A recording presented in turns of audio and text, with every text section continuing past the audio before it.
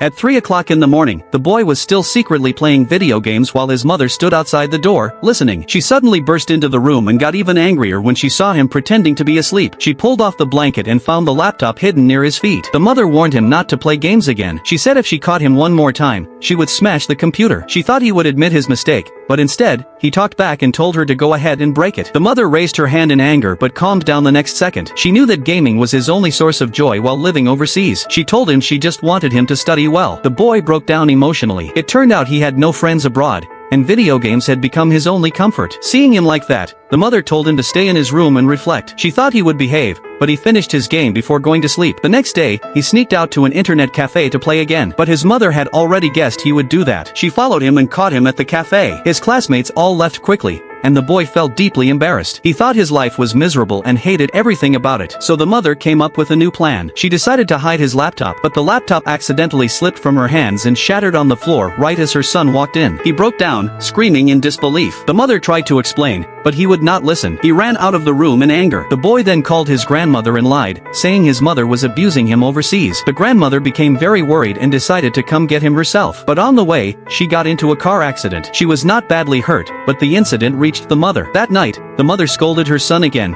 telling him the grandmother got injured because of him. The boy panicked and shouted that he wanted to return home immediately. Seeing her chance, the mother said that if he wanted his passport back, he had to score 100 on every exam next week. The boy knew she was making things hard on purpose. She clearly did not want him to go home. The next day, he ran to his mother's office, trying to steal back his passport. He searched everywhere but could not find it. Though he failed, he did not plan to give up. At school, he beat up a classmate, hoping to get expelled so he could return home. But the situation got worse. That classmate suddenly had a seizure and collapsed during class. The doctors and the classmate's family were terrified. The mother was completely devastated. Even worse, the school treated it as a bullying case. If the victim refused to forgive him, the boy might even face legal consequences.